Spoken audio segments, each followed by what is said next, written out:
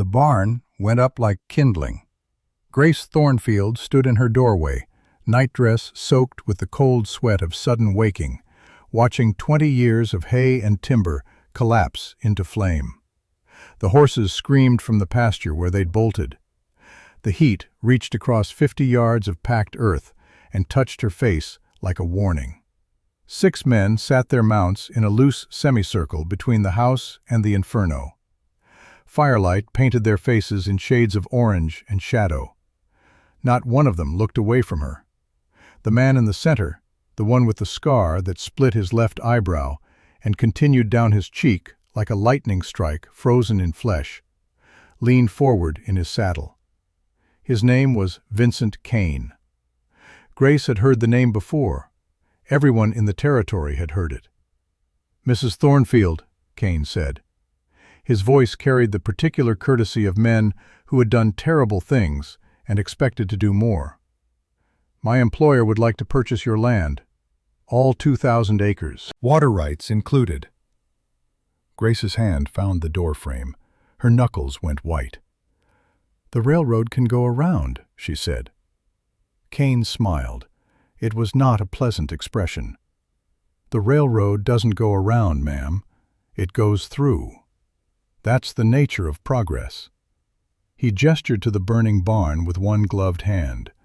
"Consider this a demonstration of what happens when progress meets resistance. Get off my land. I'll be back in 3 days," Kane continued as if she hadn't spoken. "You'll sign the deed, or we'll discuss your options in a more private setting." His eyes moved over the house, the empty pastures, the dark mountains beyond. "It's a lonely place for a widow. Accidents happen." Then they were gone, riding north toward the high country, leaving only hoofprints and ash and the crackling voice of the dying barn. Grace stood there until the sun rose, until the last ember faded to gray, until her legs remembered how to move. She did not cry. Crying was for people who had choices. Instead, she went inside and found the box her husband had left her, the one she'd been told to open only if she found herself in danger she couldn't shoot her way out of. Inside was a single piece of paper with an address written in David's careful hand. Thomas Cross, Pine Ridge, north face above the waterfall. And below it, one sentence that changed everything. "He owes me a life." 60 miles north, in a cabin that clung to the mountainside like a tick to a hound's ear, a man who was not named Thomas Cross sat cleaning a rifle that had not been fired in 3 years. His hands were old, 65 years old, to be precise. The fingers that worked the oiled cloth through the barrel were thick-knuckled and scarred, the hands of a man who had built things and broken things in equal measure. Nathaniel Calloway set the rifle aside and looked out the window at the morning. Pine Ridge was named for obvious reasons. The ridge was covered in them, thick and dark, bending under the weight of old snow that never fully melted, even in summer. The cabin sat at 9,000 feet, high enough that the air was thin and the silence was thick, and the only visitors were the occasional elk and the rarer mountain lion. Nate had built the place himself over the course of 2 winters. It was small. 1 room, a stone fireplace, a roof that didn't leak more than it had to. The door was solid pine, 3 inches thick, barred from the inside. The windows were narrow. A man could live here for decades and never be found if he didn't want to be found. Nate had lived here for 18 years. He stood and walked to the fireplace, moving with the stiffness of a man whose body remembered every fight it had ever been in. His back hurt in the mornings. His right knee complained when the weather turned. There was a ringing in his left ear that had been there since a gunfight in Caldwell, Kansas, in 1863, when a man named Dutch Henry had fired a shotgun too close to Nate's head. The man Nate had been then would not recognize the man he was now. Back then, they'd called him the Reaper. The name had come from a county sheriff in New Mexico who'd watched Nate bring in 4 wanted men in 1 week. 3 of them had been dead, draped over their saddles like sacks of grain. The 4th had been alive, barely, and had told anyone who would listen about the gray-eyed son of a bitch who moved through gunfights like smoke and left bodies in his wake. The Reaper. Nathaniel Calloway, United States Marshal, badge number 47, sworn in 1861, resigned in 1866. Men arrested or killed in 5 years. Nate did not keep count anymore, but the number was burned into his memory the way some men remembered birthdays or anniversaries. Human beings who had been alive and then weren't, because he'd been faster, smarter, or more willing to do what needed doing. Most had deserved it. Most, not all. He poured coffee from the pot that sat perpetually warm on the edge of the fireplace. The coffee was thick and black and tasted like mud, but it was hot, and it was his, and that was enough. Outside, a hawk screamed. Nate set down the cup and moved to the window. The valley below was a patchwork of shadow and light, the sun just beginning to clear the eastern peaks. He could see for 30 miles on a clear day, could count the ridges, name the creeks, identify every draw and canyon and game trail from memory. This was his world now, small, quiet, clean. And then he saw the smoke. It rose from the south, a thin gray column against the morning sky. Too much smoke for a cook fire, too black for anything natural. Nate watched it for a full minute, his mind working through possibilities. Lightning strike, accident, controlled burn. But the smoke kept coming, thick and purposeful, and something in his chest tightened. He knew that smoke, had seen it before in a dozen frontier towns where men settled disputes with coal oil and matches. That was a building burning. Nate turned from the window, moved to the corner where his kit was stored. He had not touched it in 3 years, but his hands remembered. Saddle, bedroll, saddlebags, canteen, dried meat, ammunition. The Sharps rifle, long-barreled and heavy, designed for distance. The twin Colt Peacemakers, .45 caliber, balanced and true. He checked the loads out of habit. 6 rounds in each cylinder, chambers clean, actions smooth. The guns felt heavier than they used to. He was halfway to the door when he stopped himself. Not my problem, he thought. Not anymore. He'd made that decision 18 years ago, had drawn a line in his life and stepped across it and never looked back. Whatever was burning down there, whoever was in trouble, it wasn't his concern. He was Thomas Cross, hermit and trapper. The Reaper was dead. Nate set the guns down and walked back to the window. The smoke was thicker now. He stood there for a long time, watching it rise. The bank job had gone bad. Nate had known it would go bad the moment he saw the crowd in the street, the wagon blocking the side exit, the too convenient timing of the guard rotation. But he'd needed the money, and the gang he'd fallen in with had needed his gun. And so he'd gone in anyway with his eyes open and his conscience buried under 18 months of hard drinking and harder choices. Now he was running through an alley with a bullet in his side and a posse on his heels, and the knowledge that he'd finally run out of road. He'd gotten separated from the others in the chaos, had heard Dutch Henry go down screaming, had seen Sam Coltrane take a rifle round to the chest and fold like wet paper. The money bag was gone, dropped somewhere in the street when the shooting started.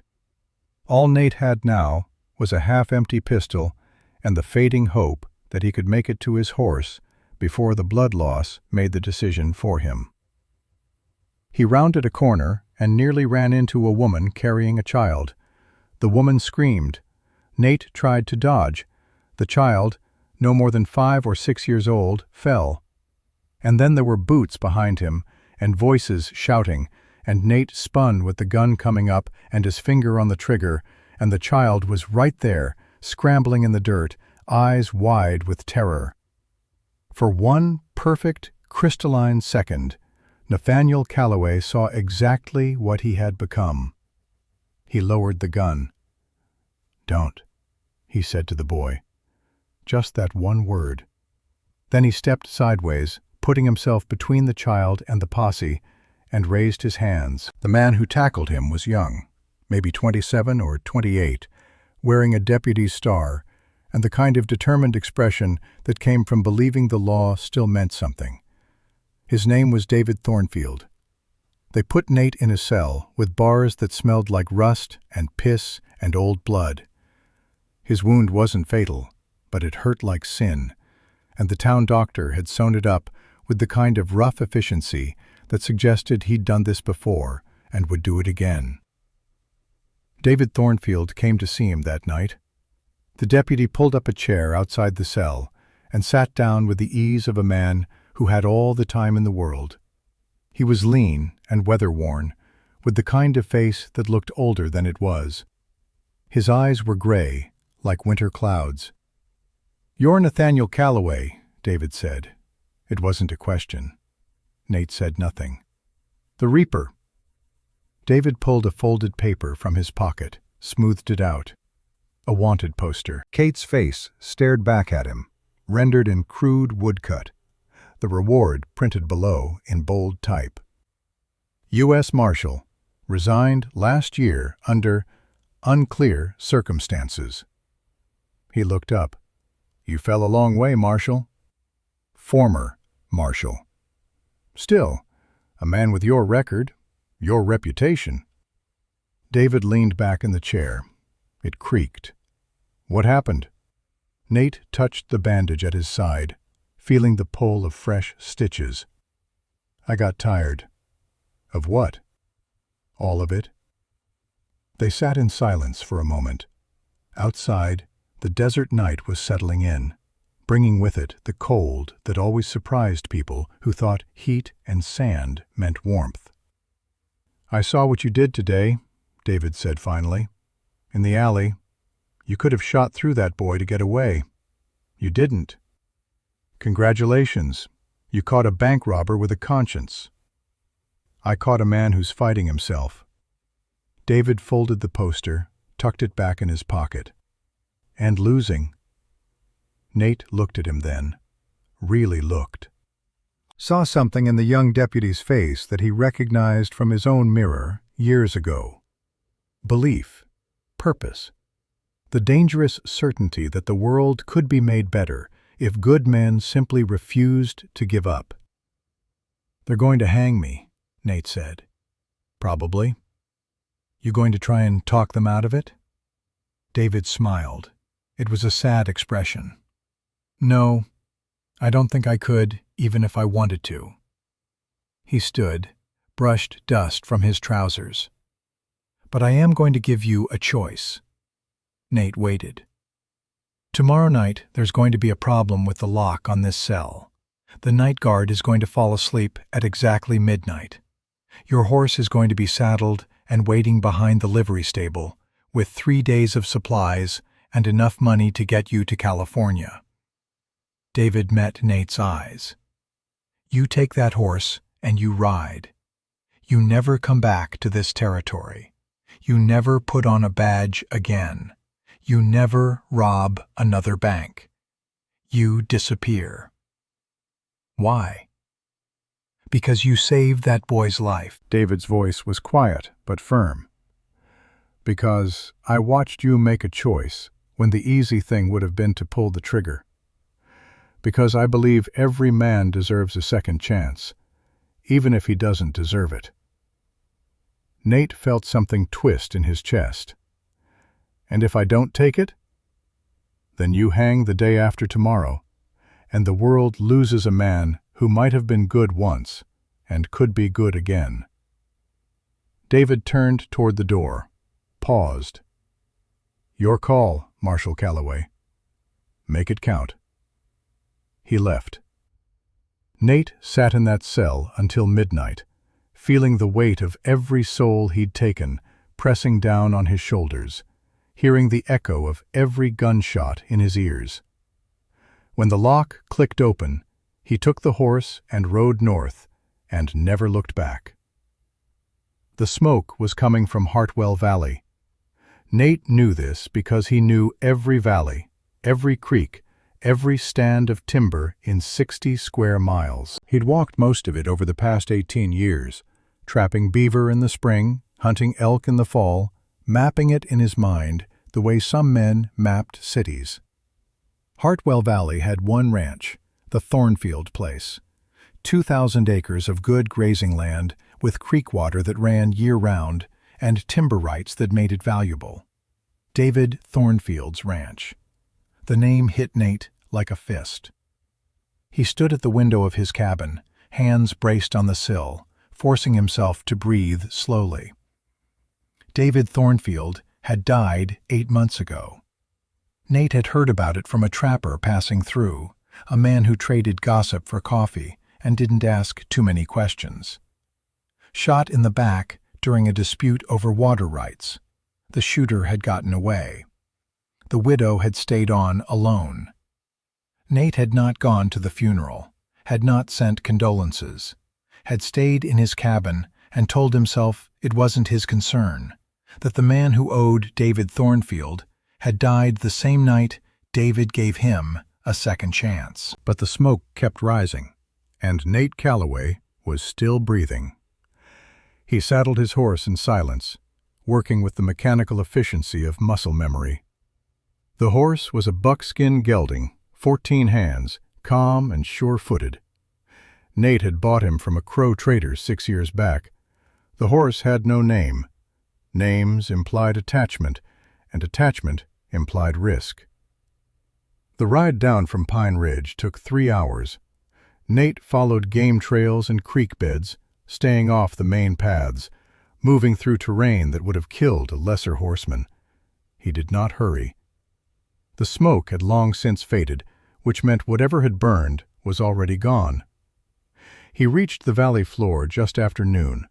The Thornfield ranch house stood intact, white-painted boards glowing in the mountain sun.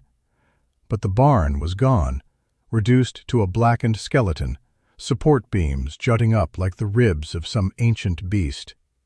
Ash drifted across the yard. Kate dismounted 100 yards out and approached on foot, rifle in hand, eyes scanning. No one home. No bodies. No fresh tracks except for horses, at least 6 of them, riding in and out from the north. He found the hoofprints near what was left of the barn. Found boot prints, too, a woman's size, leading from the house to the burn site and back. She'd stood here and watched it burn. Nate's jaw tightened. He walked to the house, tried the door. Unlocked. Inside, everything was neat but empty. Kitchen clean, beds made, no sign of struggle. He was about to leave when he saw the box on the table. It was pine, well made, with brass hinges. The lid was open.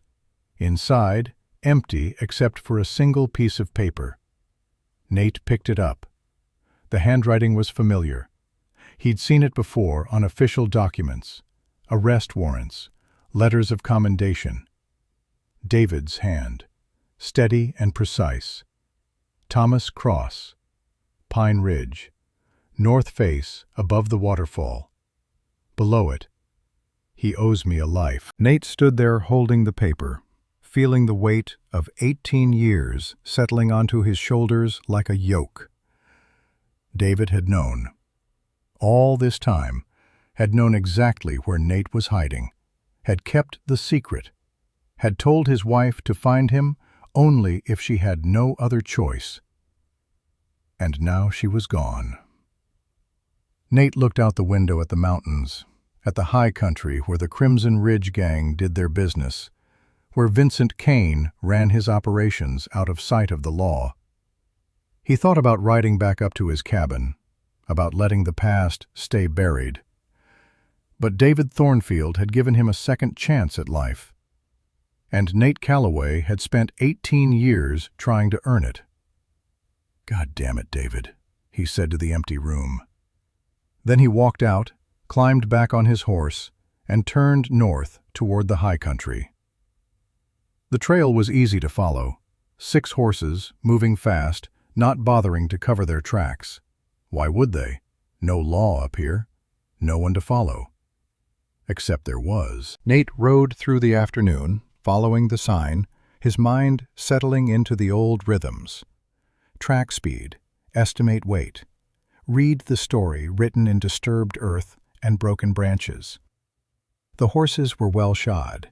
The riders were confident. They'd stopped twice, once to water the animals, once apparently just to rest. Men who weren't worried about pursuit. That would change. By evening, Nate had closed the distance to maybe 10 miles. He could smell their campfire on the wind, faint but distinct, sage and pine and burning coffee. He made camp himself as the sun dropped behind the peaks, building no fire, eating jerky and hardtack in the gathering dark. The buckskin grazed nearby, hobbled but calm. Nate sat with his back against a boulder and cleaned the sharps, working by feel in the darkness. His hands remembered every part, every mechanism. The rifle was old now, like him, but it still shot true. He thought about Grace Thornfield, a woman he'd never met, but whose husband had saved his life. Wondered if she was still alive. Wondered if Cain had already gotten what he wanted. Wondered if he was riding toward a rescue or a burial. "Doesn't matter," he thought. David asked. "I go." It was that simple. At dawn, he broke camp and continued north. He found them just after noon on the 3rd day. The camp was in a box canyon, narrow entrance, sheer walls, exactly the kind of place men used when they wanted privacy. Nate counted 6 horses in the makeshift corral, saw smoke from a fire, heard voices, rough and relaxed. He dismounted a quarter-mile out and moved forward on foot, using the rocks and scrub for cover. The sharps stayed with the horse. This was reconnaissance. He carried only the Colts and a knife. The camp came into view through a gap in the rocks. 6 men. One of them was Vincent Cain, easily identified by the scar and the expensive saddle on his horse. The others were hired muscle, the kind of men who drifted from job to job, loyal to money and nothing else. And there, sitting against the canyon wall with her hands bound, was Grace Thornfield. She was alive. Nate felt something loosen in his chest, a tension he hadn't realized he was carrying. Grace was maybe 48, with dark hair going gray at the temples, and a face that had been beautiful once and was now just hard. Her dress was torn, her face was bruised, but her eyes were clear and watching, taking in everything with the careful attention of someone planning survival. Cain stood over her, saying something Nate couldn't hear. Grace spat at his feet. Cain backhanded her. The sound carried across the canyon like a gunshot. Nate's hand moved to his Colt before he could stop it. Not yet, he told himself. 6 against 1. Wrong odds. Wrong timing. He watched for another hour, counting weapons, noting routines. 2 men on watch, rotating every 4 hours. The others, lazy, drinking, playing cards. Cain checking on Grace periodically, always saying something that made her face go tight with anger or fear. As the sun began to set, Nate withdrew, moving silently back to his horse. He had seen enough. 6 men, 1 woman, a box canyon with one way in and out. The Reaper had broken worse odds. Nate Calloway climbed into the saddle and rode to a ridge overlooking the canyon, where he could watch through the night and plan. David Thornfield had given him a second chance at life. Tomorrow, Nate would start paying that debt. The game had begun. Night came to the box canyon like a blanket pulled over a corpse. Nate watched from his ridge position as the campfire below shrank to embers. Two men remained awake, sitting opposite each other across the dying flames, rifles across their laps. The others had rolled into their bedrolls an hour ago, snoring loud enough that Nate could hear them from 300 yards out. Professional outlaws didn't snore like that. Professional outlaws kept one eye open and a hand on their guns. These were hired thugs. Dangerous, yes, but lazy. Men who'd gotten comfortable with easy work and soft targets. That would be their first mistake. Nate settled into his watching position, back against stone, still warm from the afternoon sun, and began the count. He'd learned this trick 23 years ago from an Apache scout named Two Knives.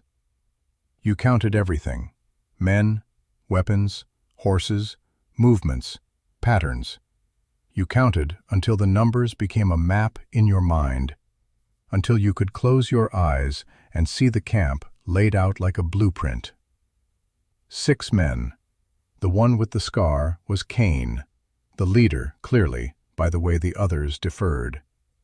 He carried a matched pair of Remington .44s in tooled holsters and moved with the confidence of someone who'd killed before and expected to kill again. The big one sleeping closest to Grace was Gruber, German, probably, by the shape of his face.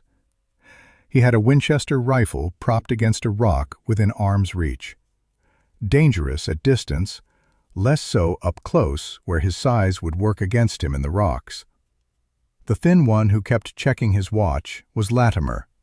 Nervous hands, a gambler's fingers. He wore a shoulder rig under his coat, which meant he fancied himself fast on the draw. Men who wore shoulder rigs usually died with their guns still holstered. Pike was the youngest, maybe 25, with a baby face and old eyes. He'd killed before. You could see it in the way he moved, economical and aware. He'd be third to go down. Not first, too alert. Not last, too dangerous. Reeves was the drunk, already on his second bottle since sundown, laughing too loud at jokes that weren't funny. Drunks were unpredictable. Nate marked him as expendable, someone who'd run or collapse when things got hot. And then there was the 6th man. He sat apart from the others, back to the canyon wall, cleaning a pistol with the methodical care of someone who'd done it 10,000 times. He was older than the rest, maybe 50, with iron-gray hair and a face carved from hard years and harder choices. Nate watched him and felt something cold settle in his gut. He knew that face. The man's name was Jack Morrow. Nate hadn't seen him in 19 years, not since a railhead town in Wyoming, where they'd both been working opposite sides of a range war. Morrow had been a gun for hire even then, selling his skills to the highest bidder. Professional, careful, good.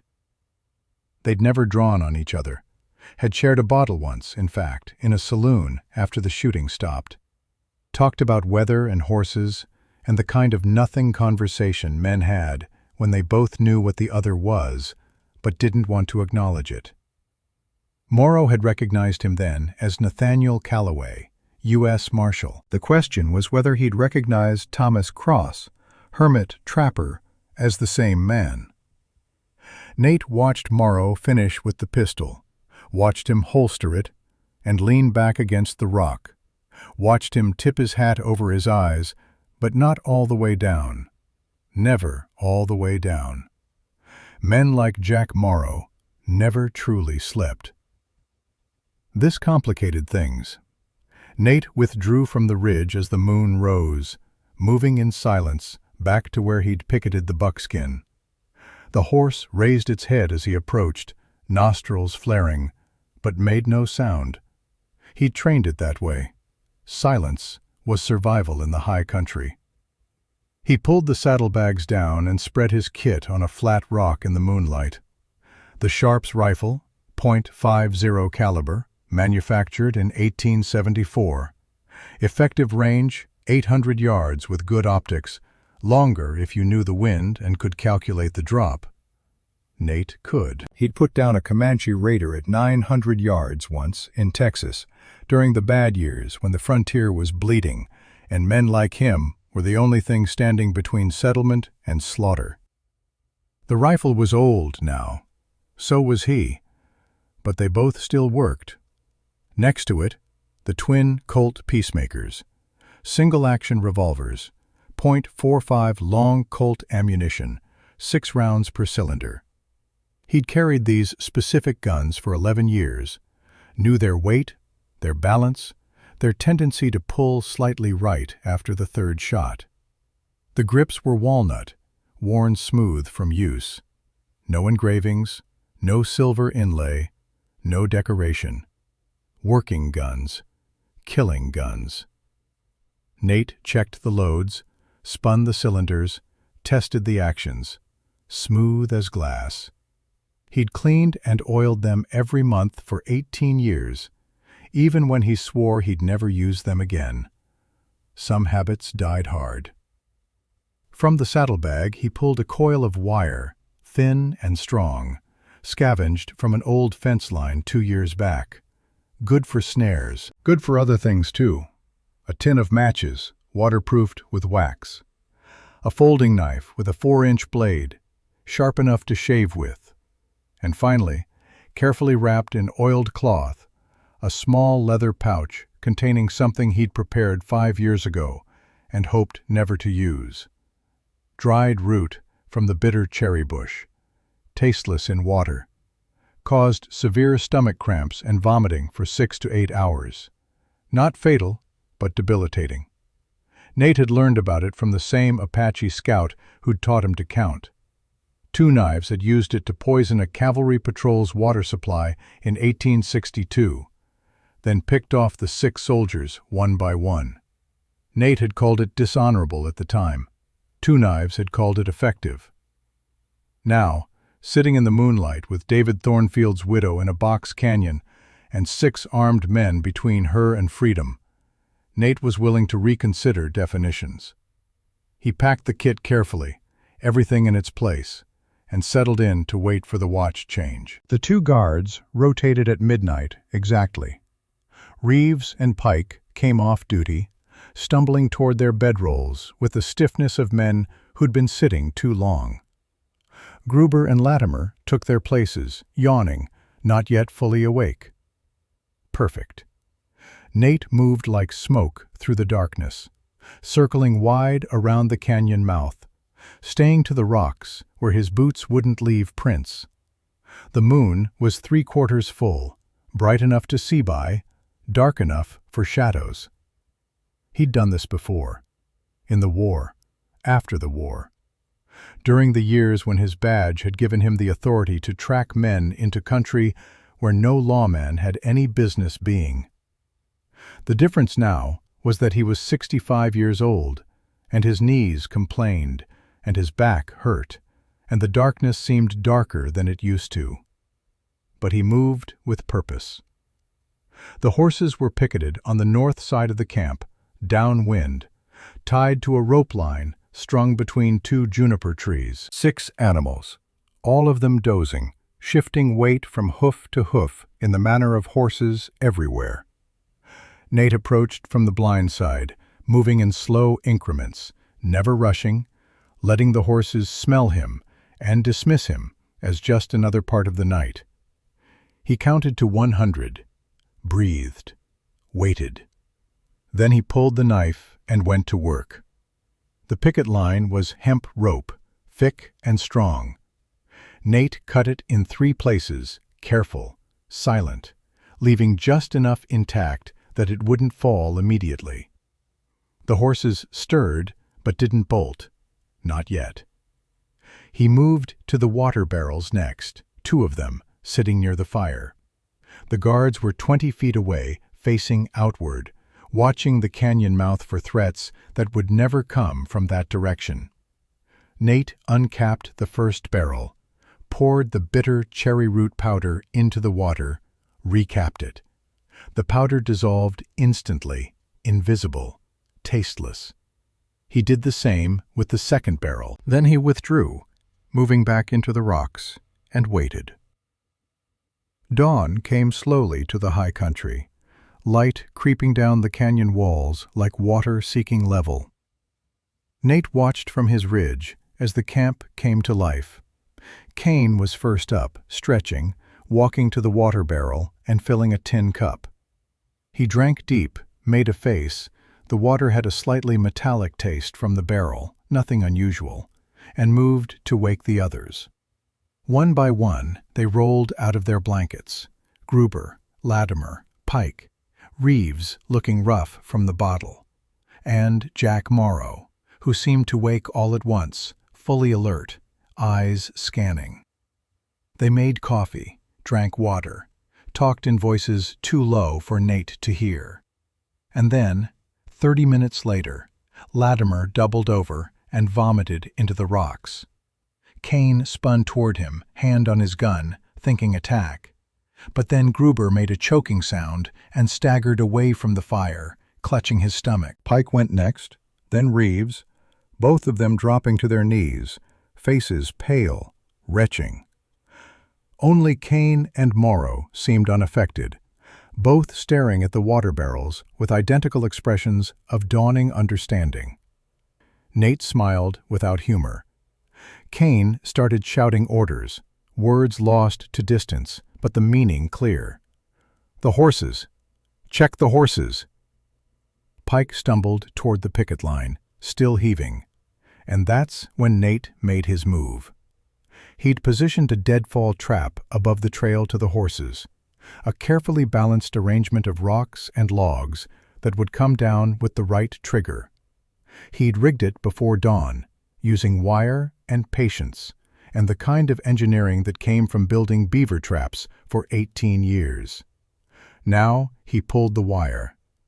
300 pounds of rock and timber crashed down across the trail with a sound like thunder.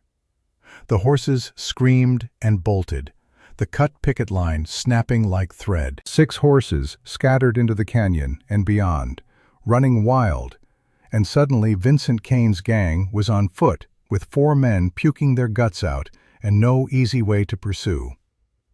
Nate chambered around in the sharps and fired once, high and wide, the bullet striking rock 30 feet from Kane's position. The shot echoed through the canyon like the voice of God. Everyone dove for cover. Nate fired again, closer this time, just to make his point. Then he pulled back from the ridge, moving fast now, and left behind a single item where his first shot had been fired. A spent .50 caliber cartridge with letters scratched into the brass. N.C. 1866. A calling card. A message. A name from the past. Jack Morrow found it an hour later. Nate watched through field glasses as Morrow climbed to the ridge where the shots had come from, moving carefully, rifle ready. He watched Morrow find the cartridge, pick it up, turn it over in his fingers. Watched Morrow's face go very still. Even from 400 yards away, Nate could read the recognition. Morrow stayed on the ridge for a long time, scanning the high country with the methodical attention of a professional, looking for movement, for tracks, for any sign of the shooter. Nate was too far away now, too well hidden, but he saw the moment Morrow gave up the search and started back down toward camp. Saw him walking faster than before, saw him find Kane. Through the glasses, Nate watched them argue, Morrow showing Kane the cartridge, Kane waving it off, angry, pointing at his sick men, at the scattered horses. Morrow shaking his head, insisting, pointing at the mountains. And then Morrow said something that made Kane go very, very quiet. Nate didn't need to hear the words to know what they were. Nathaniel Calloway, the Reaper. Cain looked up at the mountains then, scanning the ridges, his face a study in calculation. And for the first time, doubt showed in his eyes. They kept Grace alive, which meant they still thought they could use her. Cain had two choices now: push forward with the plan, try to force Grace to sign over the land, or cut losses and retreat. Nate knew which one Cain would choose. Men like Vincent Cain didn't retreat. Retreat was weakness, and weakness in their world was death. So Cain would adapt, would adjust, would keep moving forward, because that's what men like him did. But he'd be cautious now, watchful. Good. Caution made men slow. Slow made them vulnerable. Nate spent the day repositioning, moving to a new vantage point, watching as Cain's men recovered from the poison. By afternoon, 3 of them were back on their feet, weak but functional. Gruber was still down, curled in his bedroll, groaning. They'd sent Pike and Latimer out to round up the horses. Found 3 of them. The other 3 were gone, spooked deep into the backcountry. Cain now had 3 horses for 6 men. Not enough to run. Not enough to fight effectively. Exactly what Nate wanted. As the sun began its descent, Nate saw Cain give orders, breaking camp, moving out, moving Grace. They were taking her deeper into the mountains, to somewhere more defensible, somewhere they thought the ghost with the rifle couldn't follow. Nate let them go, counting to 500, then gathered his kit and moved to intercept. He knew these mountains, every ridge, every canyon, every game trail. Cain didn't. They made camp at dusk in a cluster of ruins, an old prospector's cabin, long abandoned, walls half collapsed but offering some shelter. Cain posted Morrow and Pike as sentries, 50 yards out in opposite directions. Smart, professional, not smart enough. Nate waited until full dark, until the campfire had burned down to coals, until he could hear snoring from inside the ruins. Then he moved on Morrow's position. Jack Morrow sat with his back to a boulder, rifle across his knees, watching the approaches with the patience of a man who'd done this 1,000 times. He didn't move, didn't shift, just watched. Nate was 10 feet away when Morrow spoke. "I know you're there, Calloway." Nate froze. "I saw your boot print near the canyon. Size 11, custom heel. Same boots you wore in Wyoming, back in '65. Morrow still didn't turn. "I've been expecting you to make a move on my position. Figured it'd be you or no one." Silence. "The question," Morrow continued, "is what happens now. You could try to kill me. Might even succeed. I'm not as fast as I used to be. But I'll get a shot off. And that shot will bring Cain and the others, and then it's you against 5 in the dark." He paused. "Or we could talk." Nate stepped into the moonlight, Colt in hand but not raised. "Talk," he said. Morrow turned then, slowly, hands visible. His rifle stayed across his knees. "Nathaniel Calloway." "The Reaper. I thought you were dead." "I was. And now? I'm paying a debt." Morrow glanced toward the ruins, toward where Grace was being held. "The Thornfield woman. You know her?" "Knew her husband. He did me a kindness once, long time ago." "So you're going to kill 6 men to pay back a kindness?" Morrow's voice held something that might have been respect. "That's the Reaper I remember. You going to stop me, Jack?" Morrow was quiet for a long moment, thinking. "I signed on for easy money, scaring a widow, maybe roughing up some ranch hands. Cain didn't mention the Reaper was involved." He met Nate's eyes. "I'm too old for this, Calloway. Too old to die for Vincent Cain's railroad money." "Then walk." Can't. I took the man's money. I finish the job, or I lose my reputation. Your reputation won't matter if you're dead. Morrow smiled, a thin expression without humor. True enough. He shifted, and his rifle moved slightly. But here's the thing. I may be too old to fight you, but I'm also too old to run. So we're at what you might call an impasse. Nate raised the Colt, very slowly, until it pointed at Morrow's chest. Jack, you said quietly, I liked you well enough back when. Don't make me kill you for Vincent Kane. You won't, Morrow said. You're not the Reaper anymore. That man died in 1866. This version? You'll give me a choice first. That's the difference. He was right. Nate lowered the gun. Get on your horse, he said. Ride out. Tell Kane you saw a mountain lion and spooked. I'll give you 10 minutes before I hit the camp. Morrow studied him, then nodded slowly. You're going to get yourself killed, old man. Kane's faster than you think, and Pike's good. Real good. Everyone's got to die sometime. I suppose. Morrow stood, keeping his movements careful, non-threatening. For what it's worth, Calloway, that woman's lucky. Not many folks have the Reaper willing to die for them. I'm not dying. I'm settling accounts. Morrow walked past him, toward where the horses were tethered, moving in silence. At the edge of the darkness, he turned back. 10 minutes, he said. After that, you're on your own.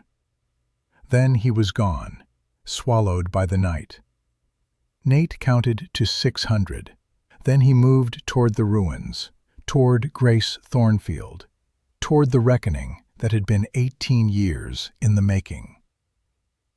Grace sat with her back against the crumbling wall of the prospector's cabin, hands still bound, listening to the sound of men breathing in sleep. 3 of them were down: Kane, Gruber, Latimer.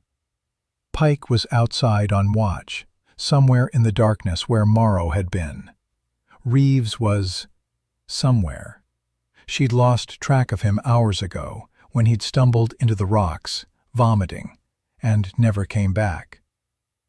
Her face hurt where Kane had hit her earlier. Her wrists were raw from the rope, but her mind was clear and working. She'd been thinking about David, about the box he'd left her, about the name written inside. Thomas Cross, the man who owed David a life. She'd gone to Pine Ridge a week after the barn burned, before Kane's men had come for her. Had climbed to the cabin above the waterfall, found it empty, but lived in. Fresh ashes in the fireplace, food in the cupboard, a rifle mounted above the door that looked like it could kill God. But no Thomas Cross.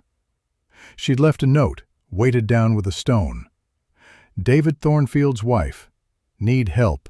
Kane threatening ranch. The note was gone when she'd checked back 2 days later. And now her barn was ash, and she was tied up in the mountains, and Thomas Cross had not come. Maybe David had been wrong. Maybe the debt wasn't real. Maybe... The first gunshot made her flinch. The second one brought Kane awake with his Remingtons drawn. "Pike!" he shouted. "Morrow!" No answer. "Gruber, Latimer, get out there!" The 2 men stumbled outside, Gruber still looking sick, rifles in hand. Silence. Then the sound of something heavy falling. Latimer screamed, high and terrified, and the scream cut off like someone had thrown a switch. Kane grabbed Grace by the hair, yanked her to her feet, put a gun to her temple. "I know you're out there," he shouted toward the darkness. "Show yourself, or she dies." From the shadows, a voice, old, rough, certain. "You're going to kill her anyway, Kane. Why would I trade her life for mine?" Kane's hand tightened in Grace's hair. Who the hell are you? The man who's been killing your crew one by one for the past 2 hours. The man who poisoned your water. The man who scattered your horses. A pause. The man David Thornfield asked to look after his widow. Thomas Cross, Kane spat. No. The voice was closer now, somewhere to the left. Nathaniel Calloway. Kane went rigid. The Reaper's dead. He was. I brought him back. A shadow moved in the ruins, fast, too fast for a man of 65. Kane spun, fired 3 times, bullets sparking off stone. And then Nate Calloway stepped into the moonlight, 30 feet away, both Colts drawn. Grace saw him clearly for the first time. Old, gray-haired, hard-faced, eyes like winter ice, and alive in a way she hadn't seen in any man since David died. "Let her go," Nate said. Kane laughed, a jagged sound. "You really think you're still that fast, old man? You're 65 if you're a day." 65, Nate agreed, "but you're still dead." "I'm holding the woman. You shoot me, my hand spasms. She dies anyway." "Then we're at what you might call an impasse." Kane's eyes narrowed. "You won't risk her. That's why you're here." "True," Nate said, "but you forgot something." "What's that?" "She's David Thornfield's widow, and David taught her more than you think." Grace felt the weight of the derringer in her dress pocket. The small pistol Nate had given her 3 days ago. No, wait. She'd never met him before. Had she? But her hand moved on instinct, finding the pocket, finding the cold metal she somehow knew would be there. She stopped struggling, let her body go limp. Let Kane think she'd given up. "That's right," Kane whispered in her ear. "No more." Grace didn't think, couldn't think. Her hand moved, pulling the small pistol David had taught her to hide years ago, the one she'd carried every day since he died. She fired point blank into Kane's ribs. The bullet didn't kill him. At that angle, hitting bone and muscle, it barely slowed him. But it made him scream, made his grip loosen, made the gun at her temple jerk 6 inches to the left. 6 inches was a mile in a gunfight. Nate fired twice, left-handed, the aim slower but certain. The first bullet hit Kane in the right shoulder. The impact spun him like a top, the Remington flying from his hand. The second bullet shattered Kane's left knee. Bone exploded. He dropped like a felled tree, screaming. Grace scrambled away, her hands somehow free. When had she cut the ropes? The derringer still smoking in her trembling hand. Nate stepped forward, both Colts trained on Kane's writhing form. "Told you," he said quietly. "She's smarter than you think." Behind them, Gruber's body lay where Nate had left it, throat cut. Pike was somewhere in the rocks, silent. Latimer had stopped screaming. Somewhere in the darkness, Reeves stumbled through the rocks, still sick from the poisoned water, weaponless and broken. He'd crawl back to whatever hole he'd come from and tell stories about the ghost in the mountains who killed his friends. Let him. Stories kept other predators away.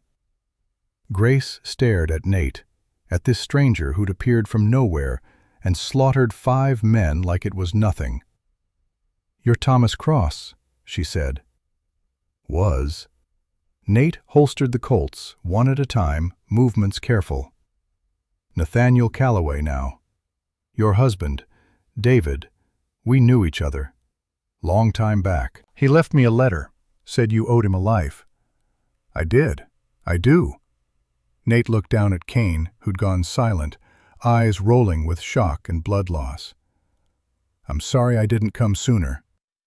Grace looked around at the ruins, at Kane moaning in the dirt, at the evidence of violence in the moonlit dark. "You came when it mattered," she said. "That's enough."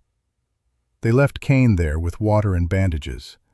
He'd live if he was lucky, if infection didn't set in, if the mountain lions didn't find him first. Grace didn't much care which.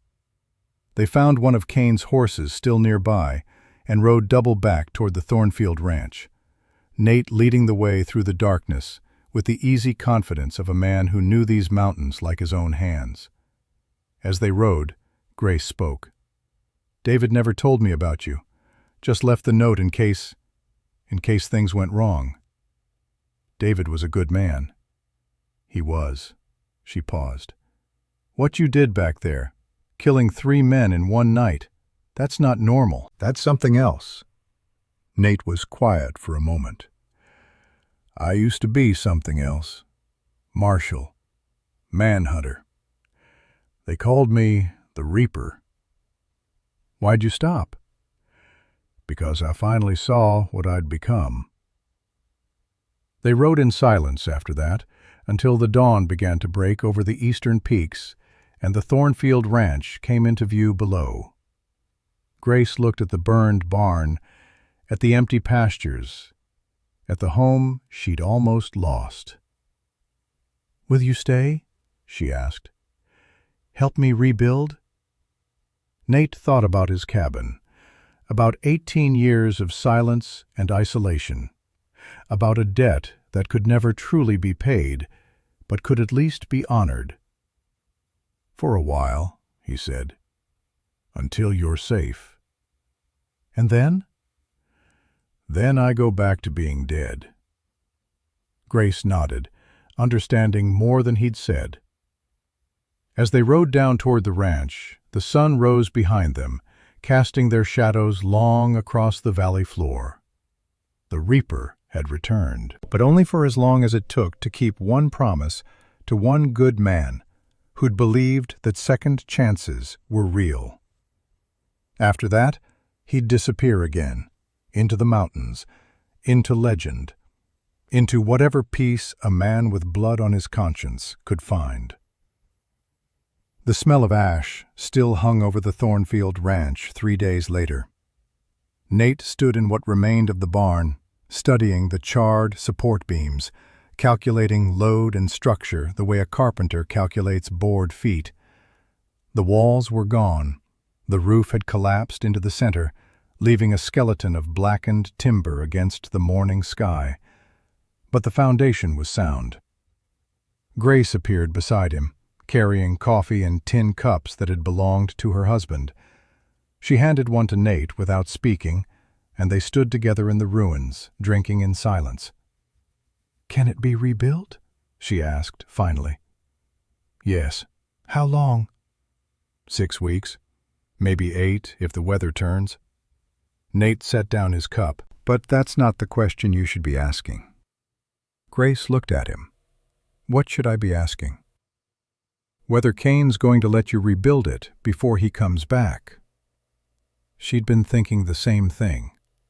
Nate could see it in the tightness around her eyes, the way her hand rested near the pocket where she now kept the small derringer. "He'll come back," she said. It wasn't a question.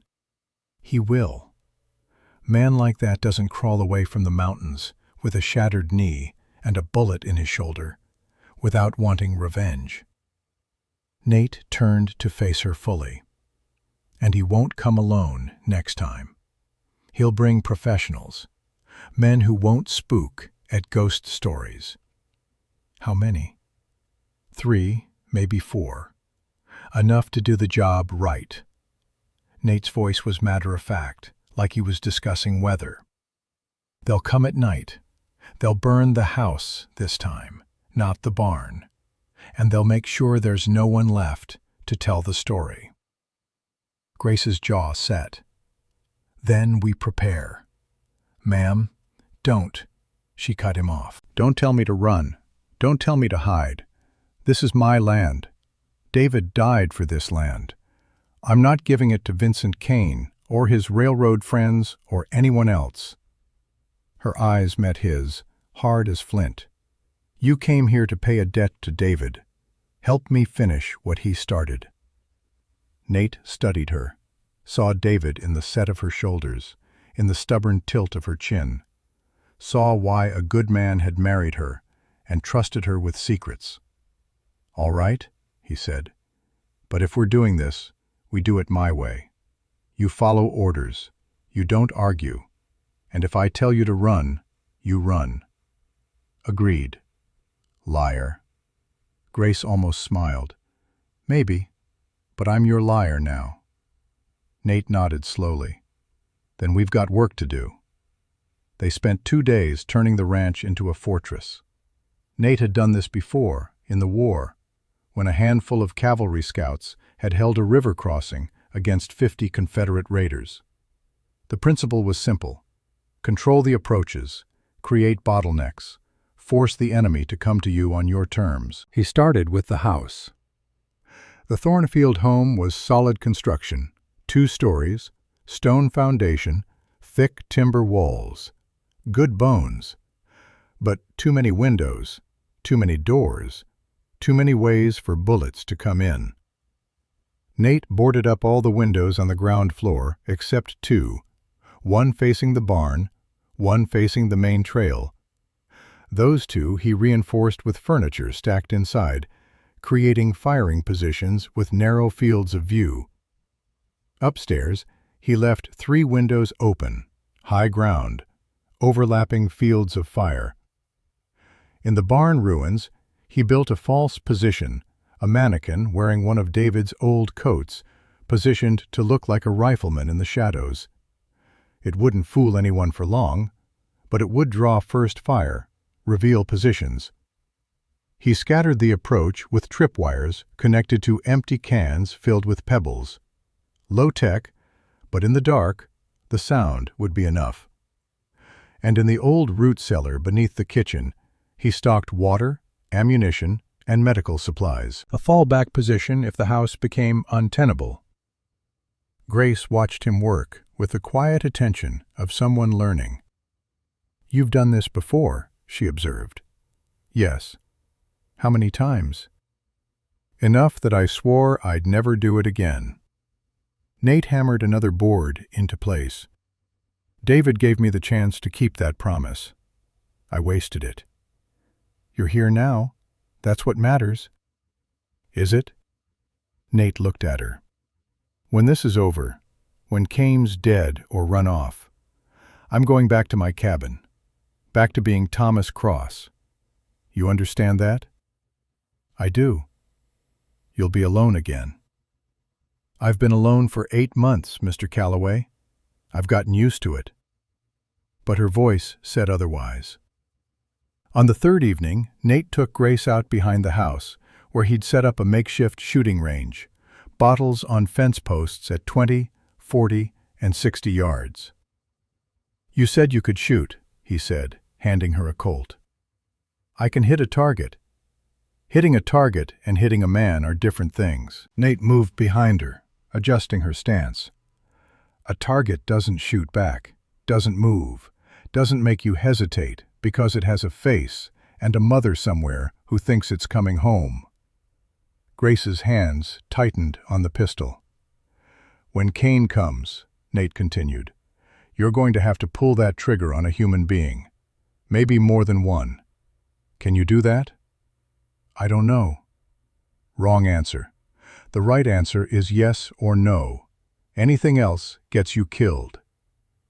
She turned to look at him. "Can you still do it?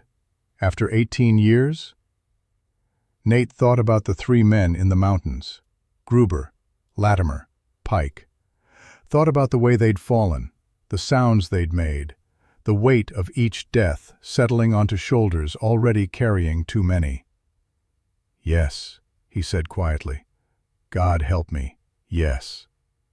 Grace nodded and turned back to the targets. "Then teach me." They came on the 4th night, just as Nate had predicted. 4 riders moving up the valley trail with the caution of professionals. No talking, no unnecessary noise. They split 200 yards out, 2 toward the barn, 2 toward the house.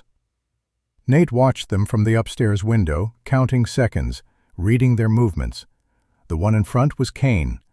Even in the darkness, even from 100 yards out, Nate recognized the way he moved. The slight hitch in his step, from the shattered knee, the careful way he held his left arm. Kane had healed some, but not enough. Pain made men careless. Behind Kane came a man built like a bear, carrying what looked like a shotgun. Big. Dangerous up close. Third priority. The other two were harder to read, slim shadows with rifles, moving with the kind of confidence that came from experience. Professionals, just as Nate had predicted. His right shoulder ached where the bullet had caught him 3 days ago in the Prospector's ruins, a wound he hadn't mentioned to Grace. The collarbone had been set using whiskey and determination, but it wouldn't carry a rifle properly for months. Maybe never again. He'd have to shoot left-handed now, slower, less accurate. But at close range, against men who thought he was just an old hermit, slow might still be fast enough. He pulled back from the window and moved to where Grace waited in the hallway, rifle in her hands, face pale but steady. 4 men, he said quietly. Kane plus 3. 2 coming to the barn, 2 to the house. What do we do? We let them get close. Let them think we're sleeping. Then we make them pay for every foot of ground. He met her eyes. Remember what I taught you. Breathe. Aim center mass. Don't hesitate. Good. You take the upstairs west window. Anyone comes around that side, you shoot. Don't wait for permission. Don't call out. Just shoot. What about you? I'll be downstairs. East side. Nate checked his Colts one last time. Left hand now, the right arm still too damaged. And Grace? No matter what you hear, no matter what happens, you don't come downstairs until I call for you. Understood? She nodded. Nate touched her shoulder once, briefly, then moved down the stairs, into the darkness. The first tripwire went off at 11:47 p.m. The sound of rattling cans shattered the silence somewhere near the barn. A voice cursed, low and angry. Nate smiled without humor. The 2 men approaching the house froze, waiting to see if the noise had alerted anyone. 30 seconds passed. A minute. Nothing stirred. They kept coming. Nate watched through a gap in the boarded window as they materialized from the darkness.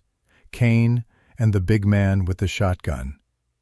Kane was gesturing, pointing at the front door, at the windows, splitting their approach. The big man moved toward the back of the house. Kane came straight for the front door. 20 feet. 15. 10. Kane's hand reached for the door handle. Nate fired through the window, left-handed, the aim not as true as it once was, but true enough. The bullet hit Kane in the right shoulder, the same shoulder Nate had destroyed 3 days ago. Kane spun with a scream, the Remington flying from his hand. The big man with the shotgun turned, raising the weapon. Grace's rifle cracked from upstairs. The bullet took him high in the chest, not a killing shot, but enough to stagger him. He fired the shotgun reflexively, both barrels, buckshot tearing into the porch supports. Nate was already moving, kicking open the front door, Colts up in his left hand. The big man was trying to reload, fingers fumbling with shells. Nate's first shot hit him in the throat. Blood sprayed.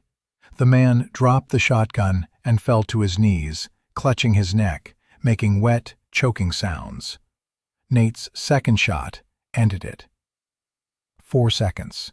2 men down or dying. Kane was crawling toward his fallen pistol, trailing blood. Nate stepped over the big man's body and put a boot on Kane's hand. "Don't," he said simply. Gunfire erupted from the barn, the other 2 men firing at the mannequin. Muzzle flashes lit up the ruins like lightning. Then silence as they realized their mistake. "They're in the house," one of them shouted. Nate looked down at Kane. "Call them off." "Go to hell." "You first." Nate raised the Colt, left-handed, slower, but certain. "Wait!" Kane's voice cracked. "Wait. I'll call them. Just wait." "Call them." Kane raised his voice.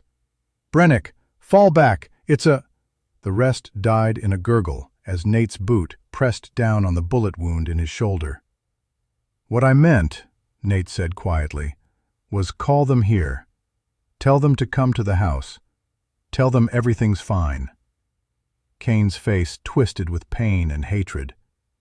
"Tell them," Nate repeated, "or I put the next bullet in your spine and you spend the rest of your life in a chair." Kane's resistance broke. "Brennick, Cullen, it's clear. Come to the house." Silence. Then footsteps, cautious, approaching from two directions. Nate dragged Kane inside, propped him against the wall where he could be seen through the open door, and moved to the side, into shadow. The first man appeared in the doorway, rifle raised. He saw Kane, saw the blood, and started to raise an alarm. Nate shot him twice, left-handed, once in the chest, once in the head as he fell. 7 seconds. 3 dead. The last man, Cullen, opened fire from outside, spraying bullets through the doorway, through the windows, wood splintering and glass shattering. Nate counted the shots. Winchester rifle, 15-round magazine. Cullen was firing fast, panicked. 10 shots, 11, 12. The firing stopped. Reload time. Nate burst through the door, rolling right, coming up in a crouch, left-handed, the damaged shoulder screaming protest. Cullen was there, 30 feet away, fumbling with a fresh magazine. Their eyes met. Cullen got the magazine seated, started to bring the rifle up. Nate's Colt barked once. The bullet hit Cullen just above the left eye. His head snapped back. The rifle clattered to the ground. He folded like a puppet with cut strings. 9 seconds from first shot to last. 4 men, 4 bodies. Nate stood in the gun smoke, breathing hard, his heart hammering in his chest, like it was trying to escape. His right shoulder was on fire, the damaged collarbone grinding with every breath. But his left hand was steady. It was always steady when it mattered. Grace found him sitting on the porch steps 20 minutes later, staring at nothing.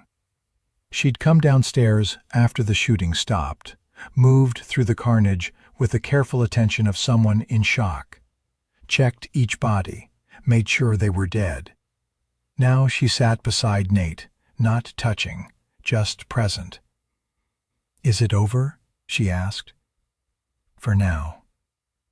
"Will there be others?" "Maybe. Probably not." Nate gestured at the bodies. "Word will spread. The Thornfield Ranch is where men go to die. Eventually that means something. And if it doesn't, then I come back and we do this again." Grace looked at him, really looked, saw the exhaustion in his face, the way he held his right arm close to his body, the weight in his eyes. "You're hurt." "Old wound. It'll keep. Let me see." Nate started to protest, then didn't. What was the point? Grace pulled back his shirt, saw the makeshift bandage, the purple-black bruising spreading from his shoulder. "This needs a doctor." "It needs whiskey and time. I've had worse." Grace stood. "Come inside. I'll clean it properly." They left the bodies where they lay. The sheriff could deal with them in the morning. The sheriff arrived 2 days later with a deputy and a wagon. His name was Harlan Pierce, 60 years old, with a badge that looked like it weighed 10 pounds, and a face that had seen every kind of trouble the territory could offer. He stood in the yard, looking at the 4 bodies laid out in a row, covered with canvas. "Mrs. Thornfield," he said, tipping his hat. "I heard there was trouble." "There was. It's finished now." Pierce's eyes moved to Nate, standing on the porch, Sharp's rifle across his arms, left arm now, the right still too damaged to hold weight. "And who might you be?" "Thomas Cross. I help Mrs. Thornfield with ranch work." Thomas Cross. Pierce's eyes narrowed. "Funny. I heard a story about a man named Thomas Cross up on Pine Ridge. Hermit type. Keeps to himself." He paused. "Also heard a story about a man named Nathaniel Calloway, the Reaper. Killed men in his time as a marshal. Disappeared in 1866. People tell a lot of stories." "They do." Pierce walked to the first body, pulled back the canvas. Vincent Kane, eyes open and glassy, 2 bullet wounds visible. "This one I know. Vincent Kane. Wanted in 4 territories for murder, arson, extortion. There's paper on him out of Denver. $500, dead or alive." He moved to the next body. "This one too. William Brennick. Enforcer for the railroad companies. Wanted for killing a union organizer in Wyoming." Third body. "Jacob Cullen. Shot a county judge in Nevada." Fourth body. "Don't know this one, but I'm guessing he wasn't here to discuss farming." Pierce straightened, looked at Grace. "You're saying these 4 men came to your ranch, threatened you, and Mr. Cross here defended your property?" "That's exactly what I'm saying, Sheriff." "Uh-huh." Pierce chewed his lip, thinking. "Kane started with 6 men. I count 4 bodies here, 3 more in the mountains last week. That's 7. "Jack Morrow rode out before the final fight," Nate said evenly. "Decided he was too old to die for railroad money. You let him go." "I gave him a choice. He made the smart one." Pierce studied him for a long moment.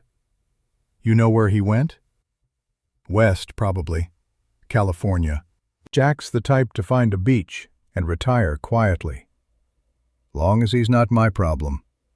Pierce made a note in his book. "And the 6th man from the mountains?" "Name was Reeves. Ran off sick during the first fight. Probably still running." "Uh-huh." Pierce pulled out a small notebook, licked his pencil. "Here's what's going to happen. I'm writing this up as self-defense.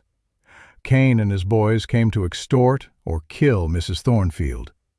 You defended her property and her life. It's legal under territorial law. Clear?" Nate nodded slowly. "But," Pierce continued, "I'm also going to send a telegram to the U.S. Marshal's office in Denver. Going to ask them about a man named Nathaniel Calloway. Going to ask if they have any interest in an old badge who's maybe been living up on Pine Ridge for the past 18 years. And if they do, then I come back and we have a different conversation."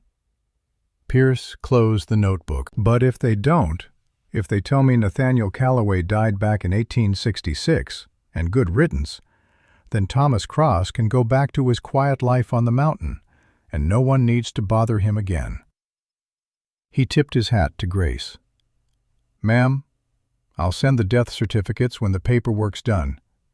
The bounty money for Kane and Brennick will take a few weeks, but it's yours by right." "I don't want blood money."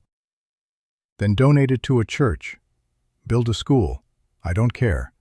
But it's coming either way." Pierce climbed onto his wagon, looked back at Nate. "Mr. Cross, a word of advice from one old man to another." "What's that?" "Whatever you were before, whoever you were, let it stay dead. This territory's got enough ghosts." He snapped the reins. We don't need any more."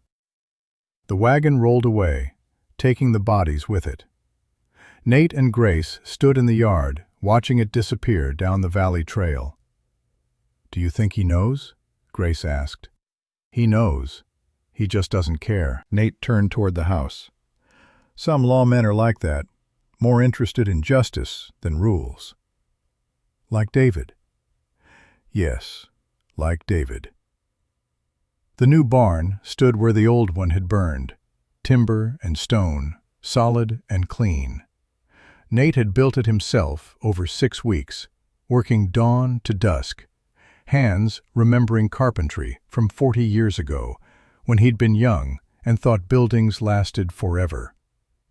Grace worked beside him most days, learning to plane boards and set posts and swing a hammer without hitting her thumb. They didn't talk much, didn't need to. The work said what words couldn't. When the barn was finished, Nate packed his kit and saddled the buckskin. Grace found him in the stable, tightening the cinch. "You're leaving?" "Yes." "When will you be back?" "I won't." Nate didn't look at her. "The debt's paid. You're safe. The ranch is rebuilt. Time for Thomas Cross to disappear again."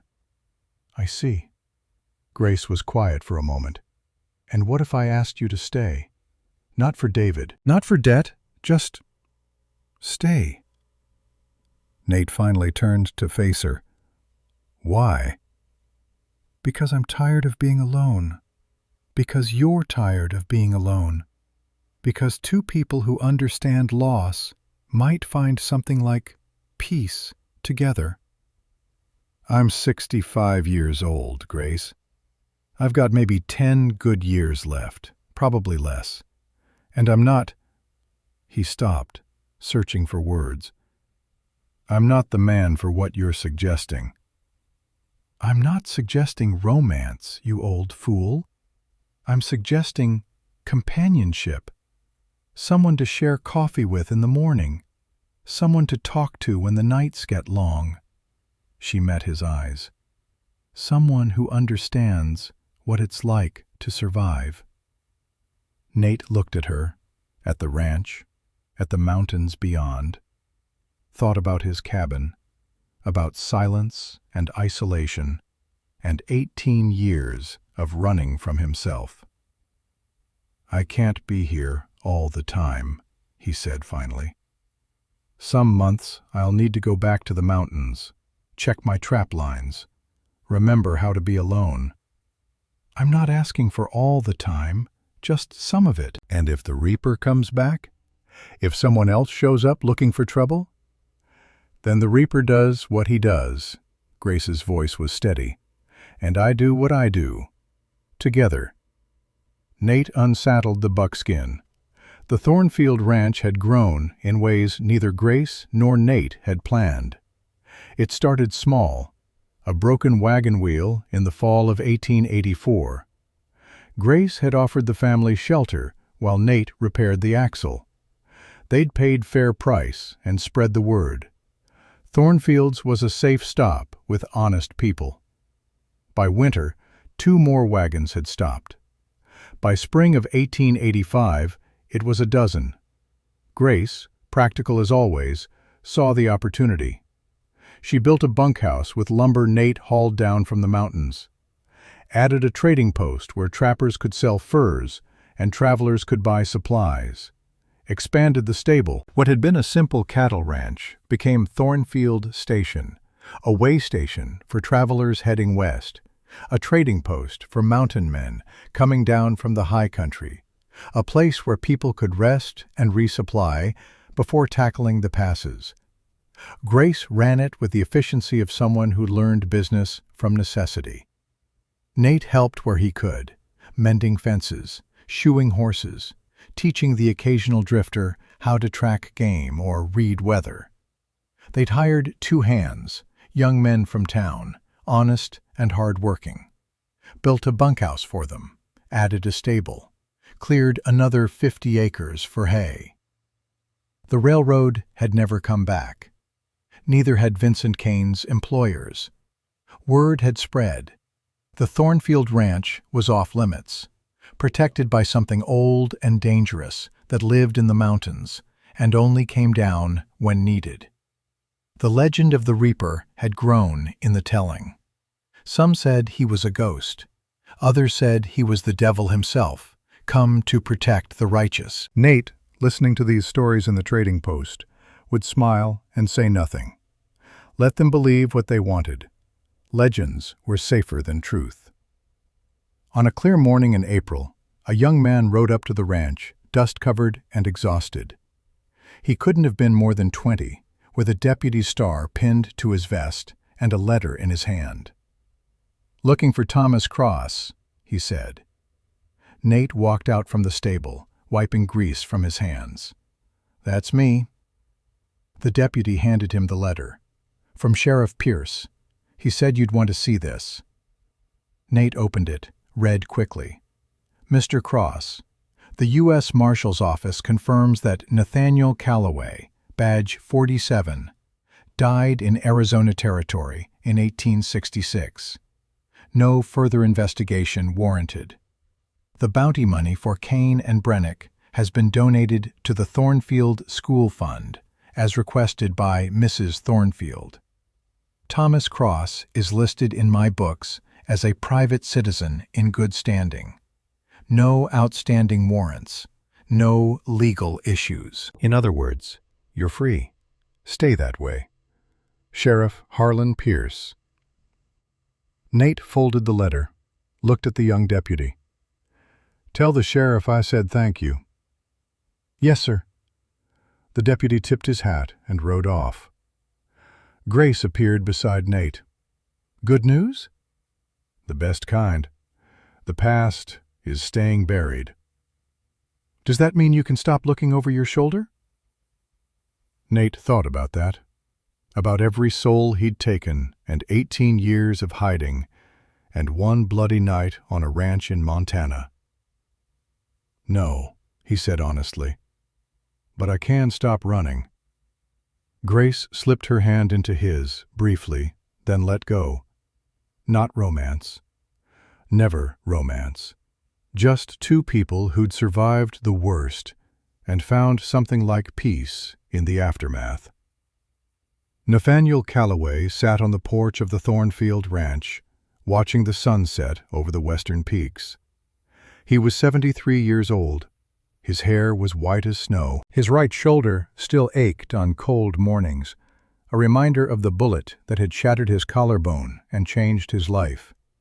His hands, scarred and thick-knuckled, rested on the arms of a chair David Thornfield had built 30 years ago.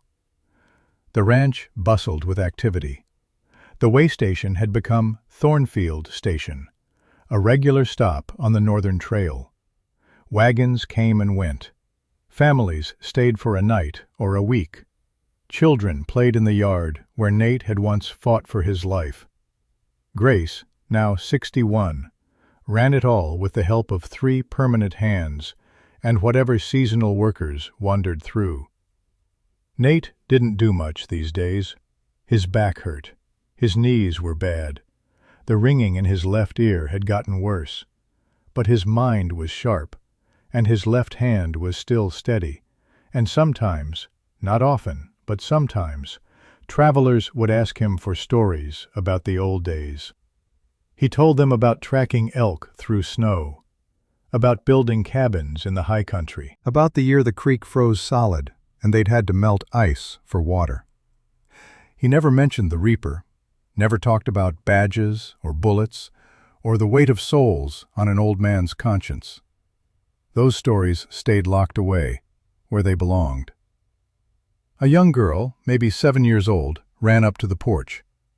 "Mr. Cross, Mama says dinner's ready." "Tell her I'll be there shortly." The girl ran off, pigtails flying. Grace appeared in the doorway. "You coming in, or are you going to sit out here until you freeze?" "Just watching the sunset." "You watch it every night." "Every sunset might be the last. Seems worth watching." Grace sat beside him, and they watched together in comfortable silence. "Any regrets?" she asked finally. Nate thought about that, about roads not taken and choices made, and all the ways a life could have gone differently. "Only one," he said. "I wish David could have seen this, seen what his ranch became, what his widow built. He sees it." Grace's voice was certain. "Somewhere he sees it." "You think so?" "I do. And I think he's proud. Of the ranch. Of me." She paused. "Of you." Nate closed his eyes, feeling the last warmth of the sun on his face. "I hope you're right." They sat until the stars came out, two old survivors watching the night claim the valley. Tomorrow, Nate would wake early, would check the horses, would fix whatever needed fixing. But tonight, for just a moment, he allowed himself to feel something he hadn't felt in 50 years. Peace. Nathaniel Calloway died on a cold morning in March, 1896. He was 77 years old. It wasn't a bullet that took him, wasn't a knife or a noose, or any of the 100 violent ends he'd expected over the course of his life. It was simply time, which catches everyone eventually, even the Reaper. Grace found him in his room, sitting in his chair by the window, looking out at the mountains he'd loved and hidden in, and finally made peace with. He was buried next to David Thornfield, in the small cemetery on the hill above the ranch. The headstone bore no mention of badges or bounties or the legend of the Reaper. It simply read, "Thornfield Station continued to prosper." Grace ran it until her own death in 1903, at the age of 72. The ranch passed to her nephew, who kept the name and the traditions. The trading post became a town. The town became a county seat. Progress, as Vincent Kane had once said, doesn't go around.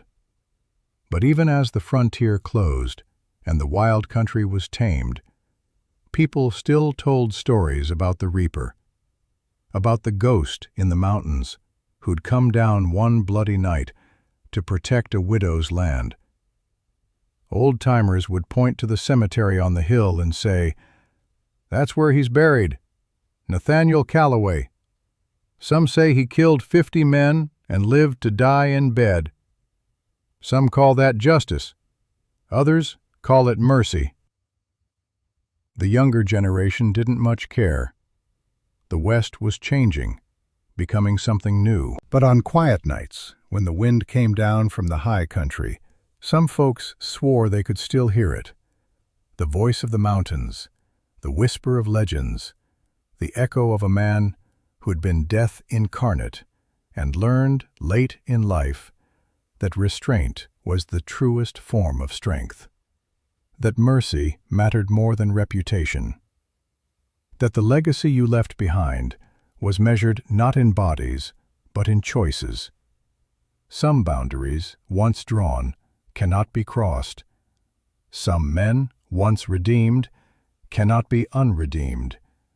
And some debts, once paid, change everything. This story is true because it matters, and it matters because it's true. Remember it.